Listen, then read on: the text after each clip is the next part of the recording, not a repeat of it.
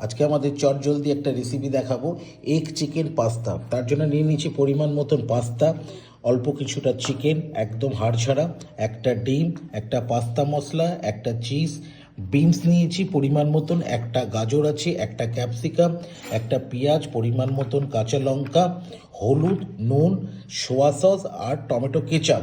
এরপরে আপনাদের দেখাবো এগ চিকেন পাস্তা রেসিপি। জলটা সামান্য গরম হয়ে গেলে স্বাদ মতন লবণ, এবার রাখা পাস্তাগুলো জলের মধ্যে দিয়ে দেব, দিয়ে কিছুক্ষণের জন্য একটু নেড়েচেড়ে কিছুক্ষণের জন্য পাস্তাটাও হতে দেব।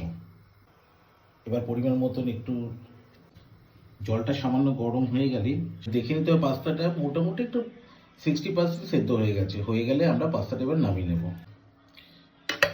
পাস্তাটা নামিয়ে আমি একটা পাত্রের মধ্যে রাখবো। ওই পাস্তা জলের মধ্যেই মাংসটা সেদ্ধ হওয়ার মতন পরিমাণ মতন আমরা একটু হলুদ দিয়ে দেবো।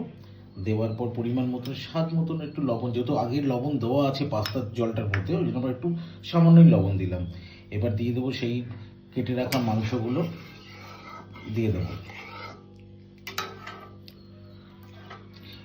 এটা সেদ্ধ হওয়ার জন্য কিছুক্ষণ রেখে দেবো। মাংসটা মোটামুটি পুরো সেদ্ধ হয়ে গেলে তারপর আমরা তুলে রাখবো। ডিমটা ভেজে নিয়ে তুলে রাখবো। মাংসটা ঠান্ডা হয়ে গেলে সুন্দর করে ছাড়িয়ে নেবো। পরিমাণ মতন তেল দিয়ে কুচিয়ে রাখা রসুন দিয়ে দেবো, তারপরে দিয়ে দেবো পেঁয়াজ, দিয়ে দেবো কাঁচা লঙ্কা, দিয়ে উপকরণটা ভাজবো। খুব সুন্দর করে ভাজতে হবে, যেন পেঁয়াজটা লাল লাল হয়ে যাবে ততক্ষণ ভাজতে হবে। পেঁয়াজটা লাল লাল ভাজা হয়ে গেলে এর মধ্যে দিয়ে দেবো মাংস কুচিয়ে দেবো। ছাড়িয়ে রাখা মাংস কুচিয়ে দিয়ে ভালো করে নাড়াচাড়া করে দেবো। কেটে রাখা গাজর দিয়ে নাড়াচাড়া করবো। তারপর দিয়ে দেবো কেটে রাখা বিনস, দিয়ে সুন্দর করে সেদ্ধ হওয়া পর্যন্ত নাড়াচাড়া করবো। পরিমাণ মতো লবণ, পরিমাণ মতো হলুদ, সামান্য পরিমাণে জল দিয়ে এটা আমরা সেদ্ধ হওয়ার জন্য রেখে দেবো। এবার কুচিয়ে রাখা ক্যাপসিকামগুলো দিয়ে দেবো। দেওয়ার পরে হালকা নেড়ে চেড়ে এর মধ্যে দেবো পরিমাণ মতন সোয়া সস,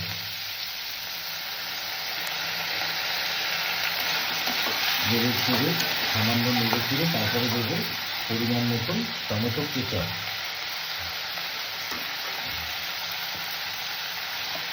আর তার সাথে দিয়ে দেবো আমাদের এভারেস্ট মশলা, পাস্তা মশলা, এভারেস্টের পাস্তা মশলা। সুন্দর করে নেড়ে চেড়ে নিতে হবে। সিদ্ধ করে রাখা পাস্তাগুলো দিয়ে দেবো, ডিমটা দিয়ে দেবো, ভেজে রাখা ডিমটা দিয়ে দেবো, সামান্য পরিমাণে চিনি, ব্যালেন্সটাকে ঠিক রাখার জন্য একটু খাট্টা মিঠা লাগবে। রেডি হয়ে গেছে আমাদের এগ চিকেন পাস্তা।